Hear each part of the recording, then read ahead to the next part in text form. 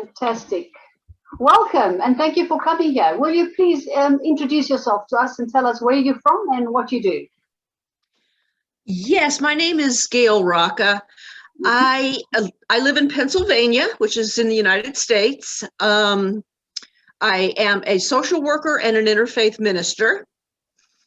I am semi-retired, I guess you could say. I work part-time. I'm very involved in a lot of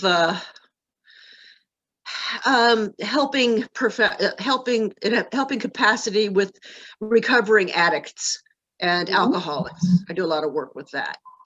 Okay, well, thank you very much for being here. Will you please tell us how parental alienation is handled in your country? How is it viewed? What is going on there where you are or in your state? Yeah, no, this is pretty much countrywide. I could speak for the whole country. 10 years ago, there wasn't even a name attached to this kind of behavior. I think it is a condition that is becoming more out in the open. I think of it as the next layer of the onion to be peeled off in terms of our awareness of what really goes on in families and what really goes on in our minds. My therapist, who is a wonderful therapist, it took her a while to even diagnose this as parental alienation syndrome. This was probably 10 years ago. She even sent me to a trauma. She sent me to trauma therapy at a very well-respected clinic in Pennsylvania, and they didn't even figure it out. Yeah, so it wasn't, it wasn't. And shortly after that, though, after some more revelations on my part, I guess you could say, it clicked in her brain. And but that's how far back in our consciousness the concept of parental alienation is. It is absolutely not one of the first things we think of when we see a dysfunctional family in that way. We kind of have to dig around to get to it. Yes. And during that time of digging around and figuring it out, a lot more damage gets done because we're not treating it, we're not handling it correctly. But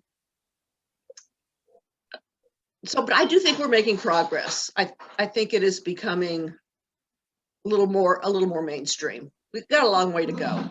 Long way to go. Would you say mostly mental health practitioners are not really informed about it yet?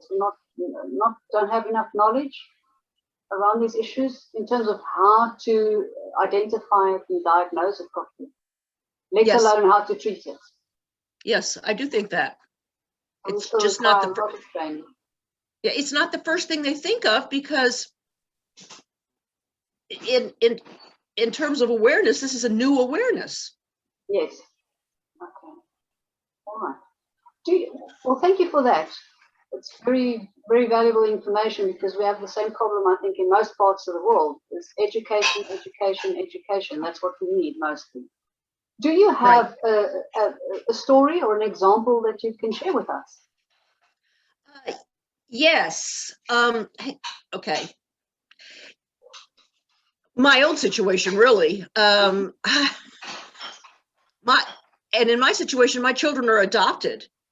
So, and I had no idea that during our marriage, I was being, I don't know, gaslighted, I guess you could say, during my marriage. And it wasn't until, and I had a very close bond with the children. In fact, I had custody of them after the divorce, and they lived with me. And I had a very close bond with them until their later teenage years.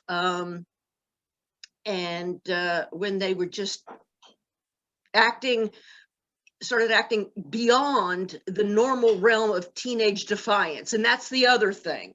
Yes. In that age group, a lot of their behaviors can be attributed to just teenage defiancy.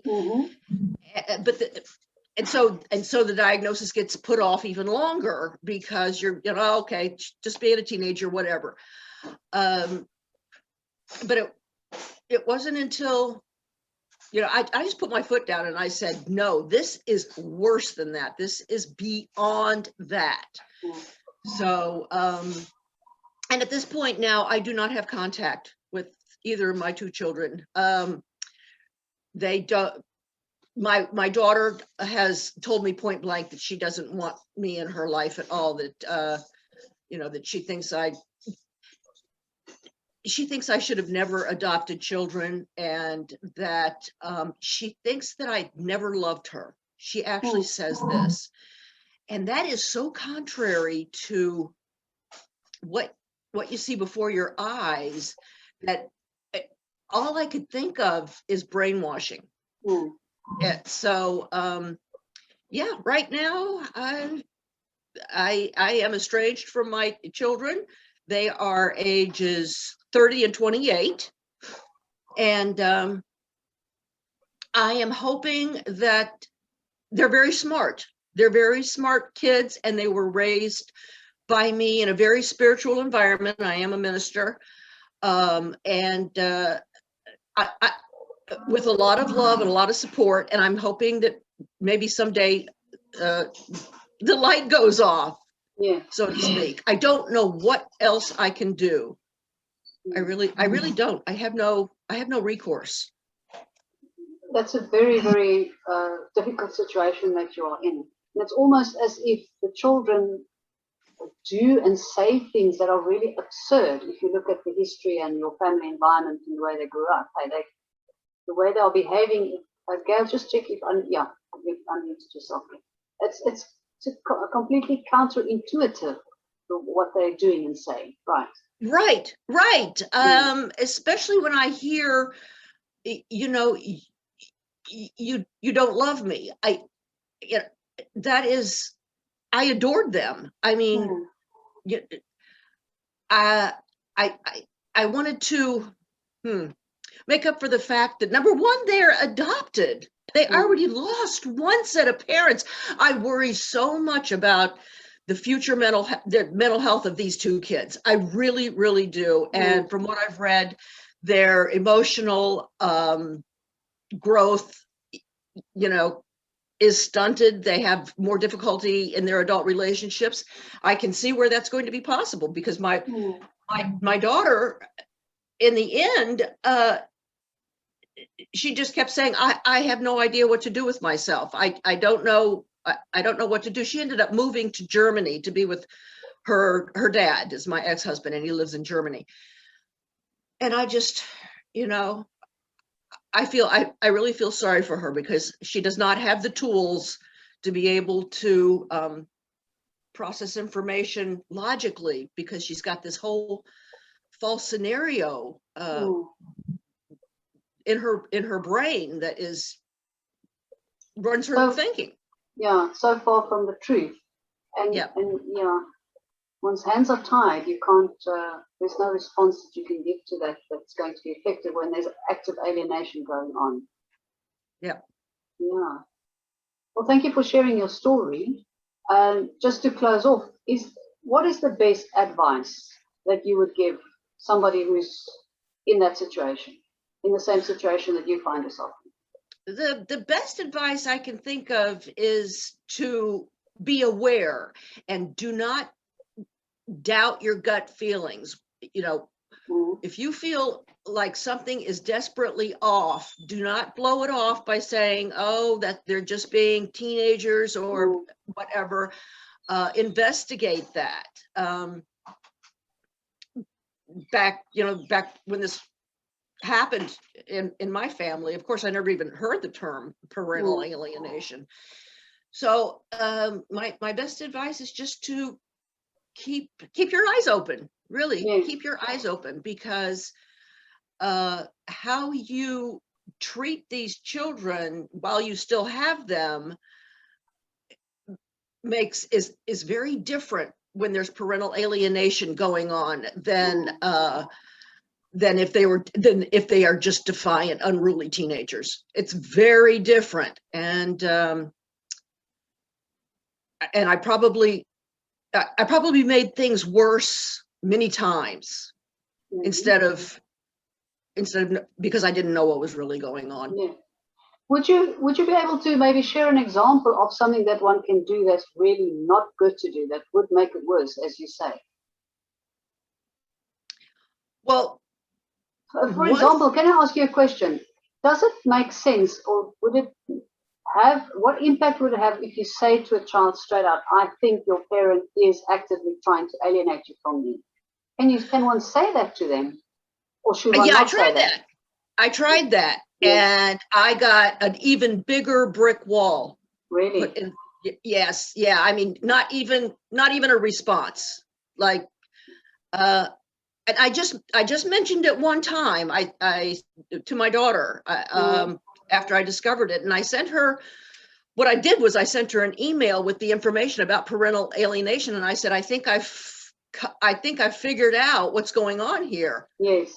Nothing. And I think that drove her even further away. I really do. Okay. So it's not a good idea to just confront them with it directly, because they are literally. Yes, please go ahead. No, I think that's one of the worst things you can do. Yes. It's because they've literally been brainwashed, and they're really not in a position or a place to really grasp what's going on. So, no, they are brainwashed, and anything negative that you say, anything, they are going to magnify that 100 times.